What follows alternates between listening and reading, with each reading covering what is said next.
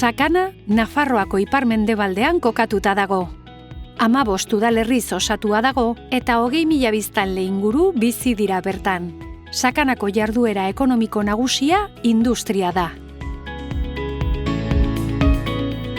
Sektore honek lanpostuen ehuneko 43,5 ematen du eta arlo garrantzitsuena da. Industriaren sektorean ordea, emakumeen presentzia oso txikia da, 17%.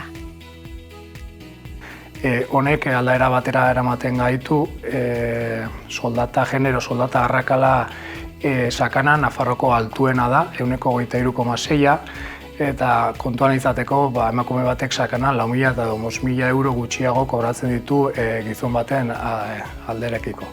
Genero arrakala hori ikusita eta enpresen eskaria hor dagoenez, iruditzen zaigu emakumearen presentzia industrian berebizikoa dela.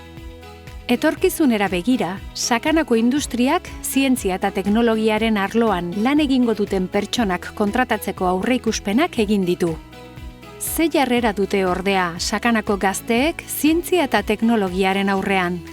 Gazteek STEAM arloen inguruan duten autopertzepzioa ezagutzeko, galdetegi bat zabaldu da haien artean. Eta eskualdeko 14 eta 16 urte bitarteko 185 lagunek erantzun dute. Gazteen interesak eta zaletasunak aztertzean, argi ikusten da genero estereotipo tradizionalek eragina dutela hainbat gairen inguruan azaldu duten interes mailan. Hala, neskek hobeto baloratzen dituzte genero berdintasunarekin, osasunarekin, gai sozialekin, elikadura eta kontsumoarekin eta kirolarekin lotutako gaiak. Mutilen kasuan berriz, kirolen inguruko interesa da nagusi. Ondoren, elikadura eta kontsumoa, gai sozialak eta zientzia eta teknologia interesatzen zaizkie gehien.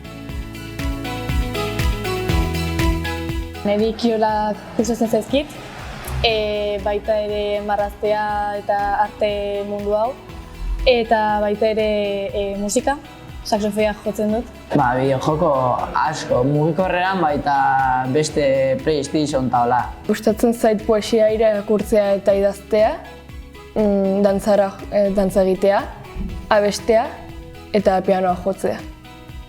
Mendiko bizikleta gustatzen zait eta lagunekin egotea hori gustatzen zait. Ez zait gustatzen bideojokoetan jolastea.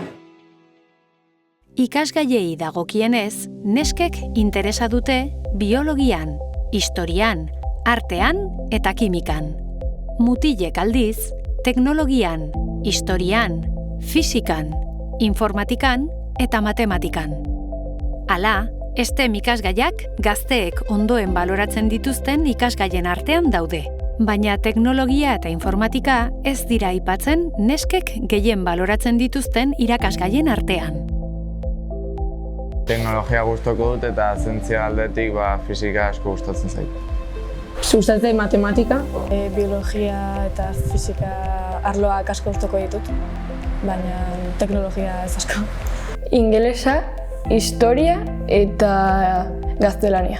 Matematika gustatzen zait gutxien, asko pentsatzen dudalako. Niri gustatzen zait tekno. Nitako gutxien gizarte, asko ikasi behar da eta zait gustatzen ezer. Ez zaizkit gustatzen zientzak, uste dudalako oso abstraktuak eta oso zehatzak direla, eta niri gustatzen zaidana da amestu ahal izatea gauzekin, eta teknologia eta zientzekin hori da ezinezkoa. Etorkizuneko ikasketak aukeratzeko orduan, neskek irakaskuntzarekin eta osasun eta gizarte zientziekin erlazionatutako lanbideak hautatu dituzte gehien bat. Mutilek berriz, teknologiarekin, hezkuntzarekin eta kirolarekin lotutakoak. Psikologo izan nahi dut. Oraindik ez dakit zer ikasi nahi dudan. Ume txikien irakaslea izatea. Eta ni ekonomiarekin erlazionatutako ikasketak edo bestela itzultzaile bezala.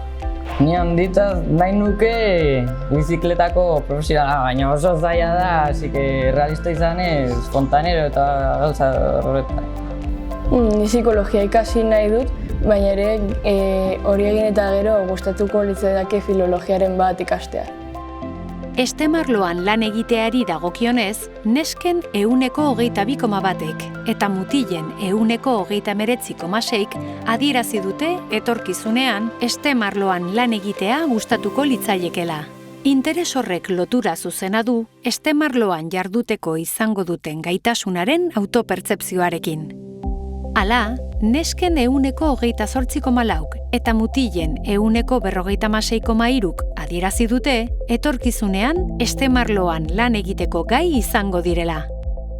Nire burua zientzietan aritzeko gai ikusten naiz, interesgarria iruditzen zaidelako, baina nork daki zer egingo dudan. Eta gazteek nola ikusten dituzte STEM profesionalak? Gazteek uste dute esparru horretako profesionalak jakintsuak, langileak, ekintzaileak eta argiak direla. Ezaugarri horietako batzuk ikasle onak deskribatzeko ere erabili ohi dira. Eta STEM profesionalen irudi estereotipatu horrek gazte asko urruntzen ditu arlo horietako ikasketetatik eta lanpostuetatik. Nik uste dut jakintsuak direla eta asko dakitelako eta baita ere perfekzionistak. Beraien lana oso beraien lana asko exigitzen dielako eta dena ondo egon beharko dela egina. En general uste dut inteligenteak direla, teknologia ez da oso erraza, ez da ere. Edakit igual perfekzionistak eta asko pentsatzen dutela. Esango nuke azkarrak, langileak.